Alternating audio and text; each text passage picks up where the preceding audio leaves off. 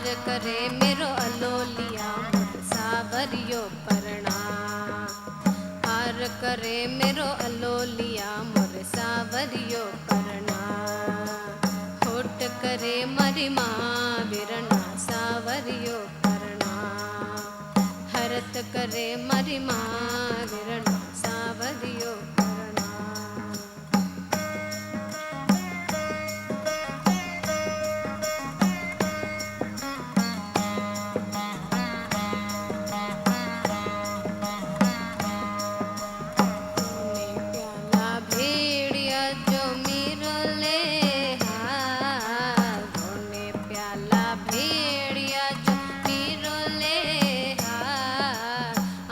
करे मेरो आरोपिया मन सावरियो परणा। अमरथ करे मेरो आरोपिया मन सावरियो परणा। होठ करे मरी माँ विरणा सावरियो परणा। हरत करे मरी माँ विरणा गिरधारी परणा।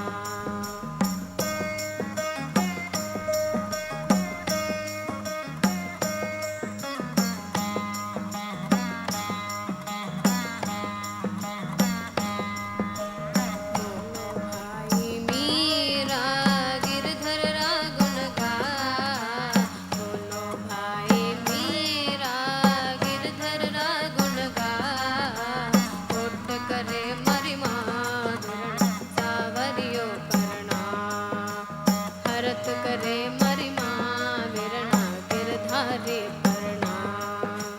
होठ करे मरी माँ विरणा सावरियो परणा। हरत करे मरी माँ विरणा Girdhari परणा।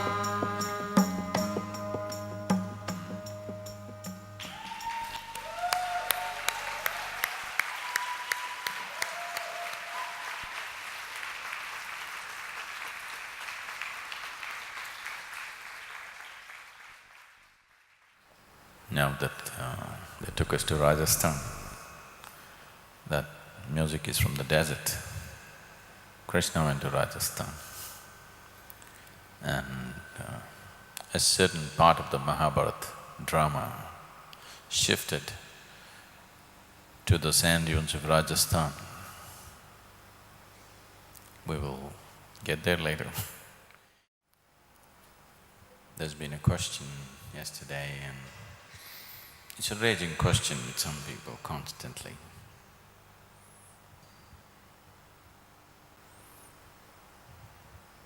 Some of them, it's not just here, it keeps happening everywhere. They keep looking at me in an accusing way, saying,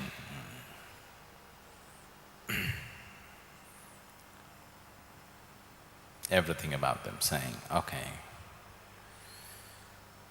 why is it not happening to me? Maybe you're doing something more for those people.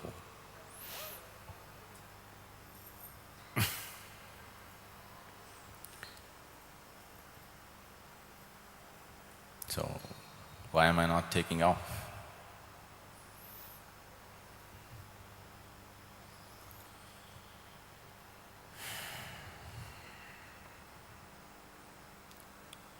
I think it's been expressed in so many ways, but maybe this famous statement from Jesus, oh, why am I going there? That's supposed to be next program.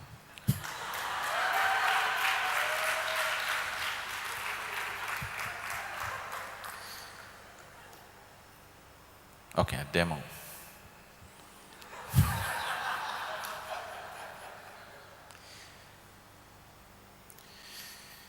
When Rukmini is aspiring to marry Krishna,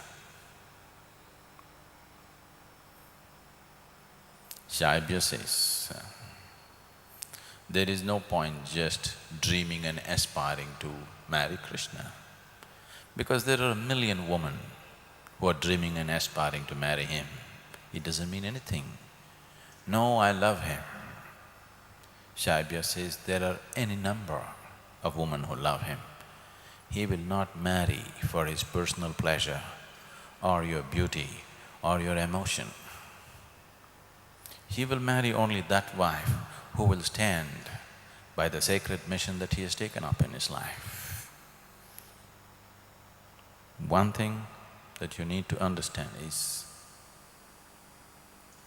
again, going back to him, he said, later on, towards the end of his life, not a very long life, 32, when it is quite certain that he is going to be put to death,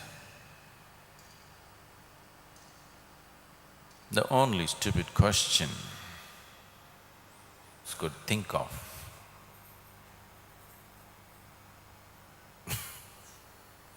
this keeps happening. I don't know how many times Krishna and Jesus faced such absolutely insensitive and stupid questions. But I faced them many, many times. I don't know about their plight.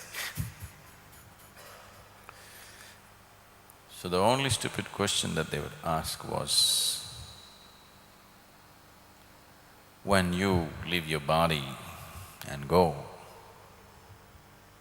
to our Father's kingdom, kingdom of God, obviously you being his only son, you will sit on his right-hand side.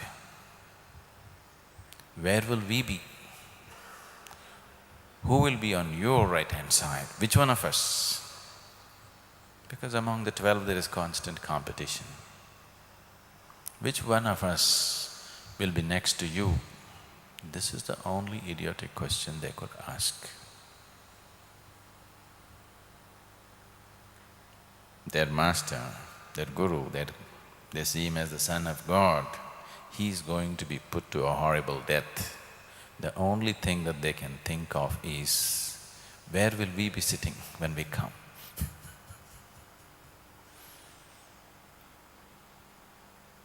But he is so dogged. That is a quality that Krishna displays all his life. He is just so dogged.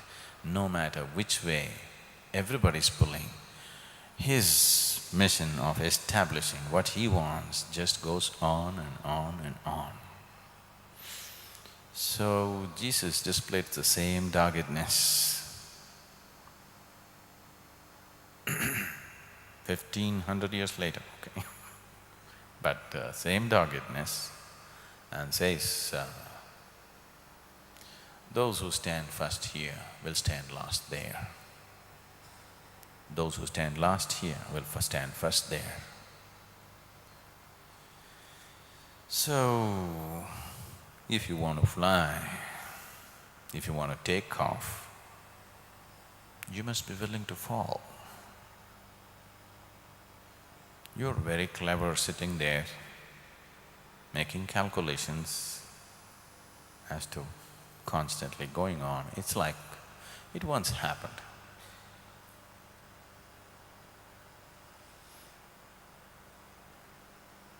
A few people were collecting funds for developing an existing old age home, old people's home. They were knocking on every door asking for contributions.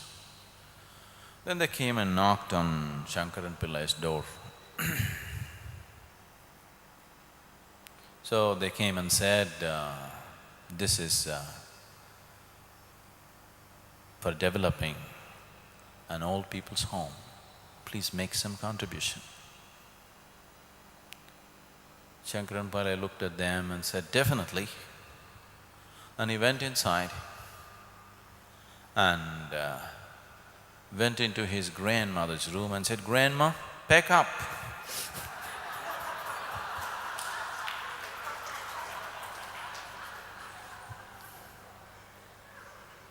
Contribution.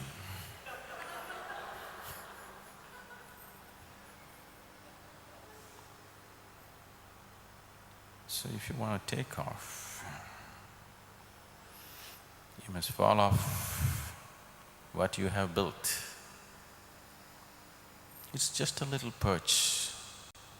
You will never feel comfortable or secure on that little perch that you have built for yourself.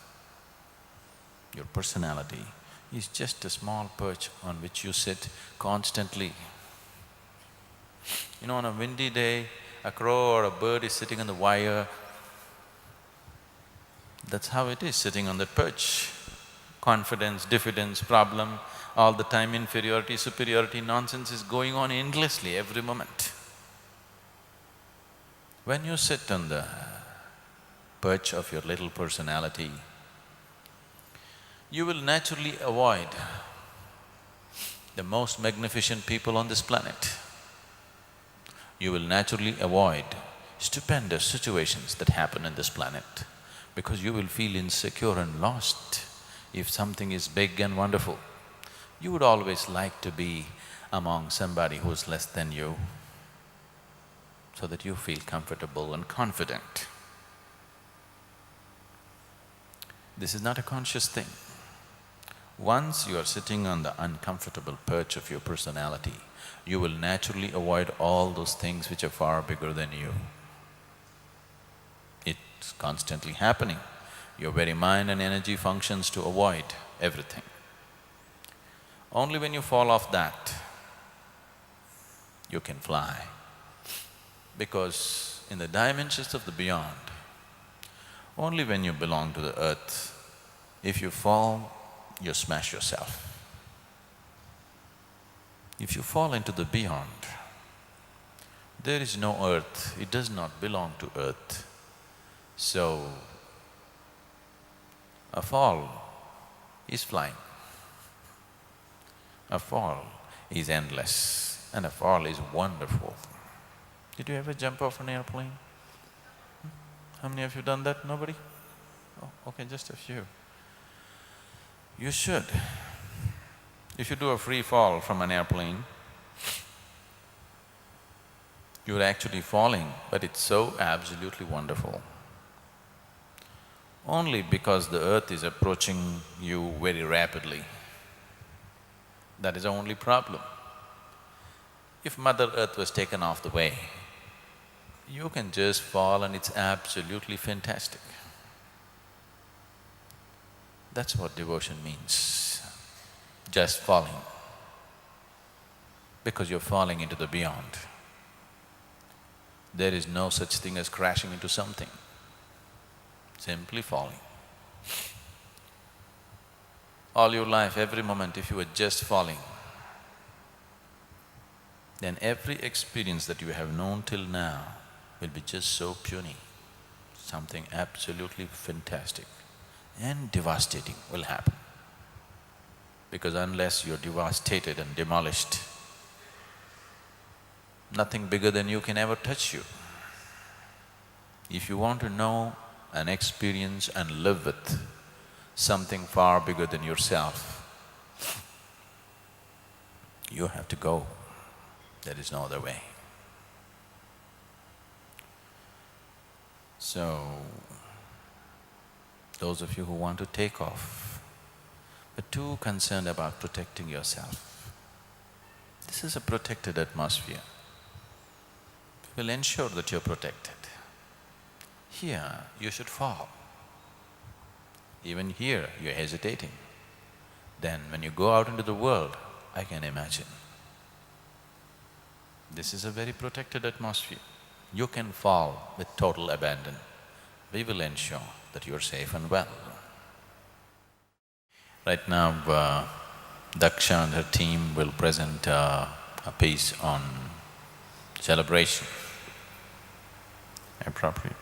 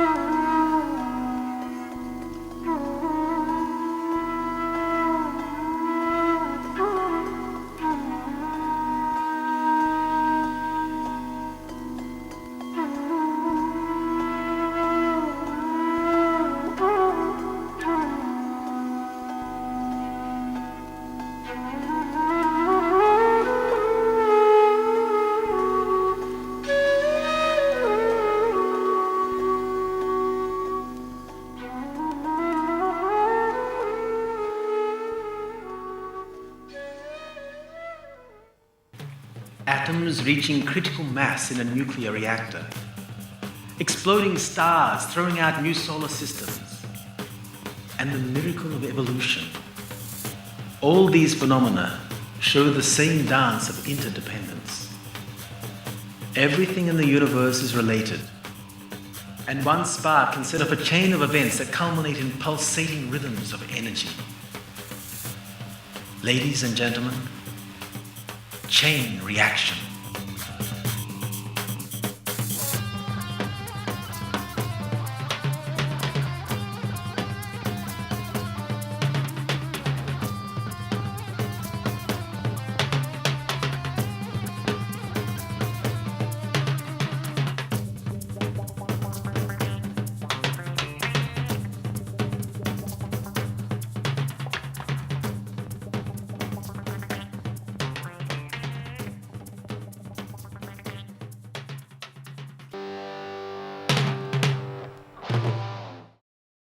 Anyway, Amla has her question written and ready.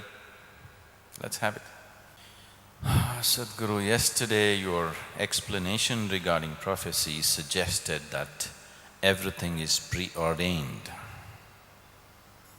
Then where does Purusharth fit into the scheme? Up to now, I believe that free will choice determines 80% of our lives, and now I am a little confused. Kindly put me into the right perspective.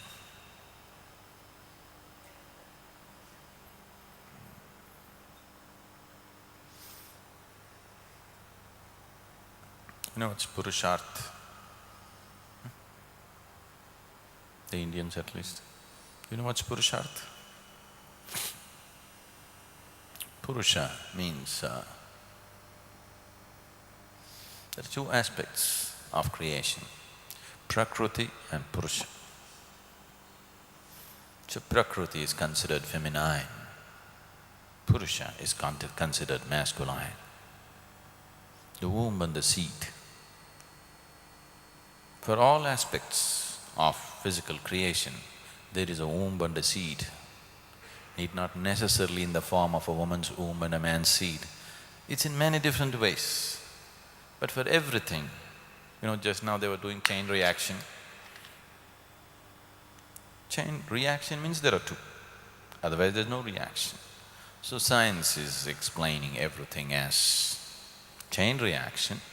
That means there are two fundamental starting points. Purusharth means bringing it down to the individual level. What is Prakriti is unmanifest, just there, primordial. Only when the seed of Purusha falls into it, it becomes creation. So Purusharth is coming down to an individual level of individual activity, individual dynamism, individual nature, not the universal nature. So what's the role of Purusharth, or what is the role of my personal will and my intention in life? Because after all, whatever you're doing, your only objective is life should happen the way you want it to happen. You really have no other objective. Here, now we have limited the enrollment, that's different, but even otherwise, today there are only 200 people here, simply because we are telling them this. If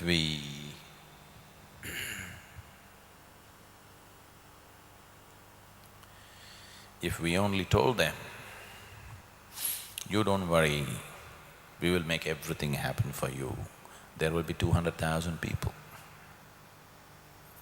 We are telling them, no matter what, if you don't handle sensibly, life will get you. It doesn't matter whose blessings you have, what you do. All those things will lubricate your life and allow it to function smoothly, yes. But if you are a fool, you will get it anyway.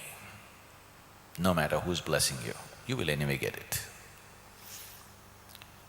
Because I'm saying this, there are only 200 people. If I told them, don't worry, everything will be all right, and if we just generate a few psychopaths around, Sadhguru will take care of everything, Sadhguru will take care of everything, Sadhguru will take care of everything, chanting like this, we would have thousands and thousands and thousands of people. Because everybody wants someone who will fulfill their intention. You even go to the temple hoping that God will fulfill what you want, isn't it so? Why is he so stupid that he doesn't have his own intention? Is he so dumb that he doesn't have his own intention and he wants to fulfill it when you can have one? Can't he have one? So I have my own intentions.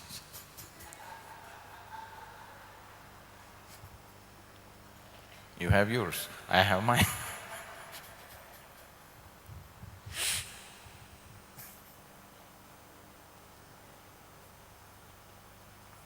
As long as you hold yours and make it very important, somewhere, not all out, but somewhere, a small part of you and me are working against each other.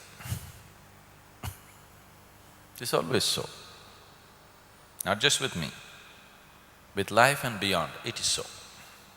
With the Creator himself, it is so. As long as you hold your own intention, not the whole of it, but a part of you is constantly working against the Creator. A devotee means he's dropped that. He's dropped that little part of resistance and given himself completely to the process. So this yesterday's… what's this? This yesterday's explanation of prophecies, I didn't really explain anything, I just told you a story. I just told you an incident as to how Krishna handled things. I didn't give you any explanation. It is just that hearing this story which is so…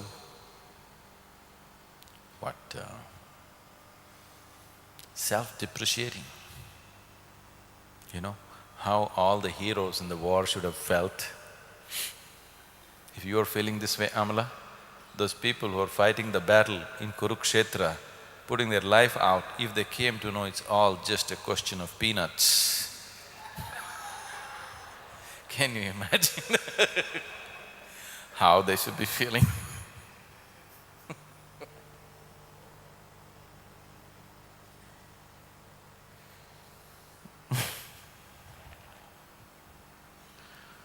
I want you to put yourself in their place.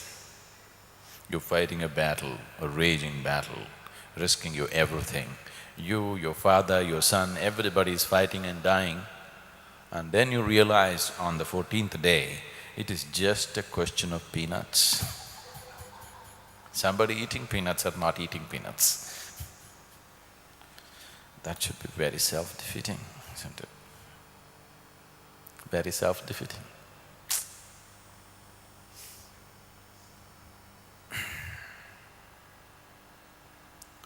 So is there no worth at all for a human being and his effort and his mind and his intention and his thought and his emotion and his energy? Is there no place at all for him in life? That's what is hurting normally, the 80% role. That hurts.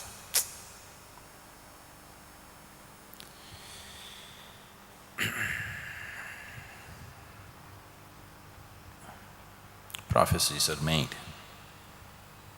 not because it's predestined. It is just a deeper reading of life, that's all. Now,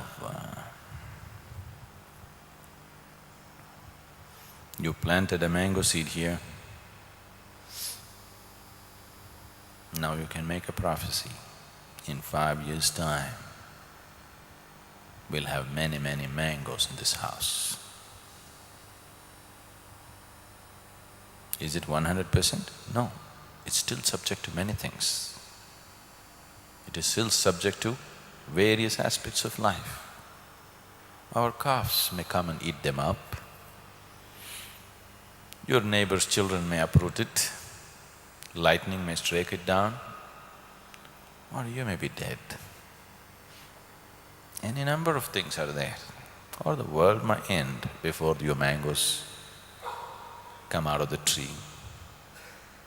There are so many aspects attached to it.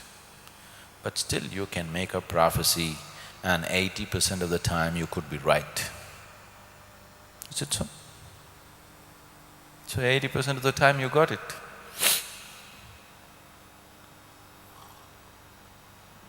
But still mangoes did not come because of you. Mangoes have come because that is the nature of the seed that you have planted. But you took care of it. I don't want to fix percentage as to what is your role in a mango tree bearing mangoes, because you did take care of it. But even that is subject to various aspects which are not in your control. Now, when I talk about, all the time we've been talking responsibility.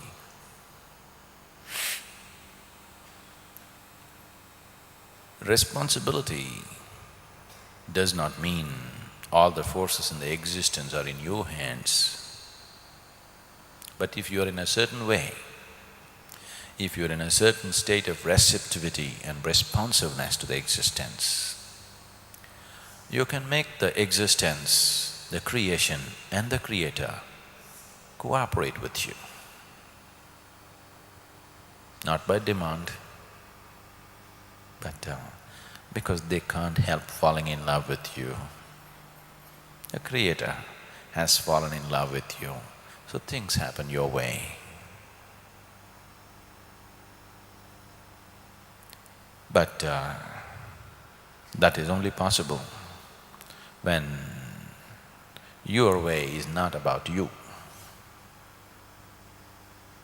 When your way is not at all about you. Otherwise, you please look at the world and see. You please open your eyes and look at the world properly and see. If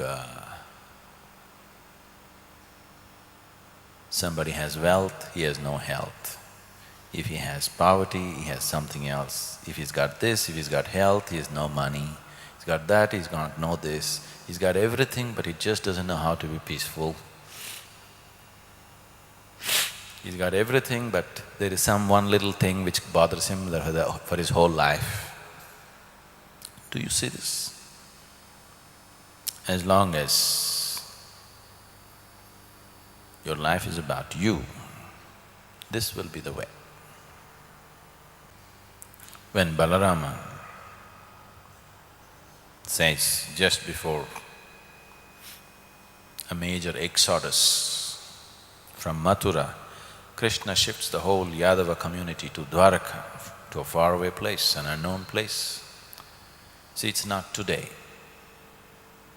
You must understand, it's not today that you're living in Coimbatore, you think of shifting to Chennai, so you go there and see if you like it, you're there, otherwise you take an aircraft back and you fly back in 40 minutes. It's not like that. Going to Dwaraka from Mathura is once in a lifetime journey. You go there means that's it. There's no turning back. 3,500 years ago, when there are no roads and communication and all this, you don't know where you will go. You don't know what will happen to you. So such a decision has been made for the whole population. So Balarama, who is a great fighter and a very able-bodied man, says, you have chosen to leave, so I will follow you. But left to myself, I would rather stand up and fight till the end. I don't like this, running away like this. I am not afraid of Jarasandha. I will fight, and as a Kshatriya I will die. Krishna said something which is very, very significant. And against all that is considered as Kshatriya dharma of chivalry and honor and all this stuff.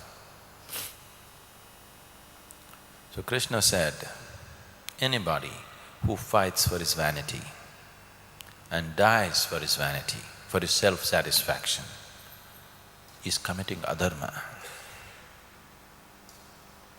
You're just fighting to prove that you're a great hero and you're willing to die in the battle, it doesn't mean anything.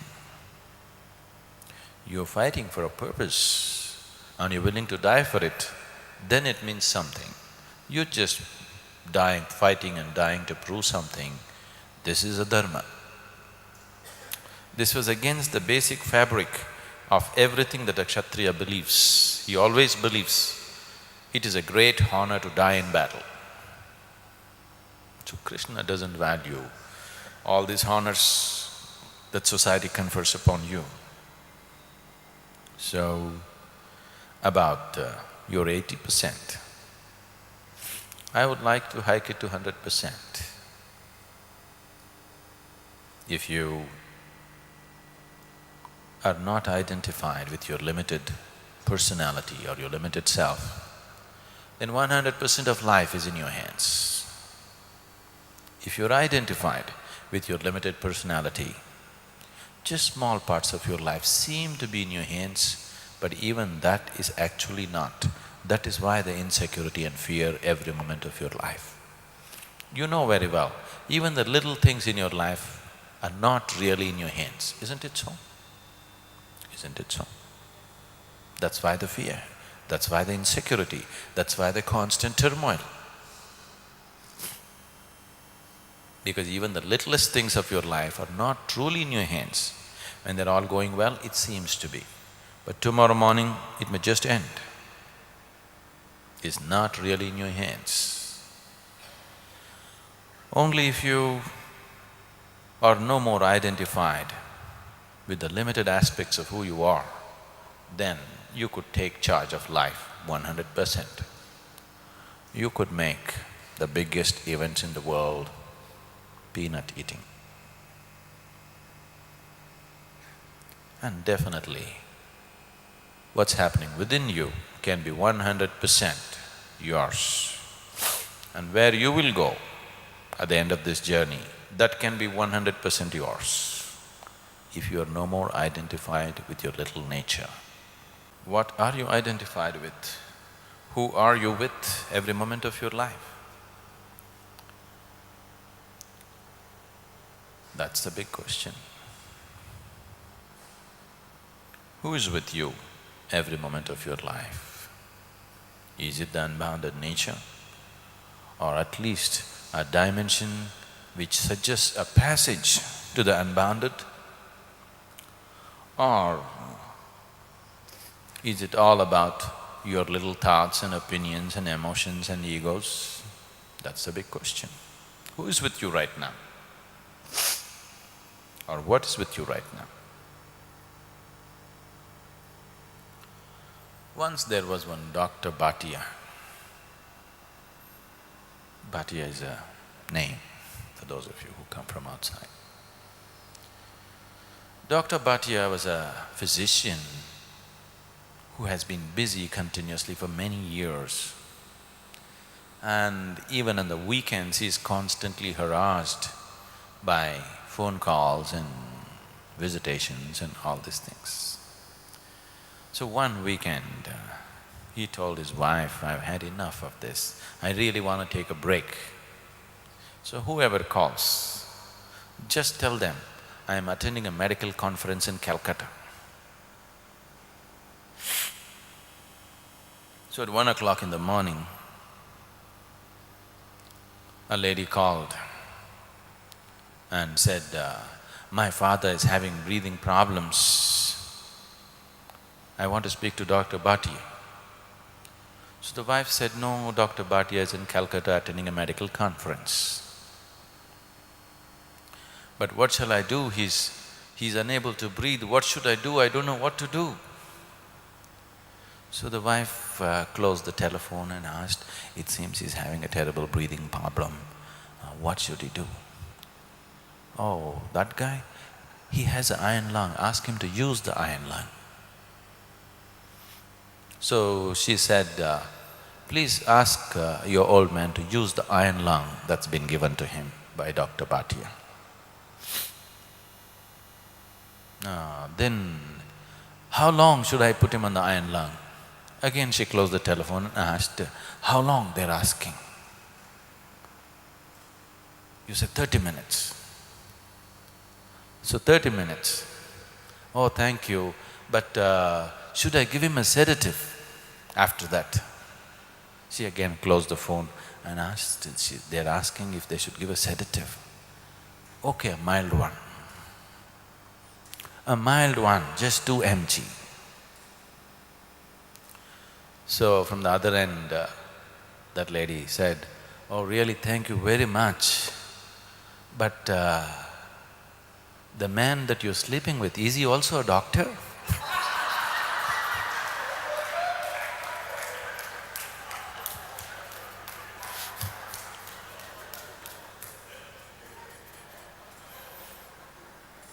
So, who are you with? That's a big thing.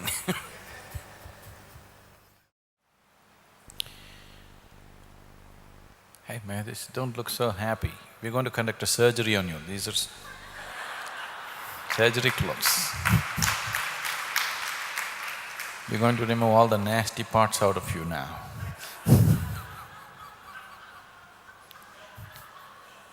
Sonal, you heard me?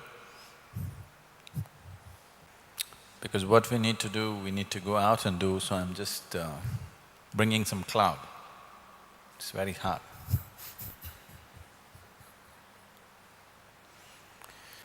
We have been talking about ras. Ras means juice, it also means color. So, Krishna and his life is a manifestation of all-inclusiveness.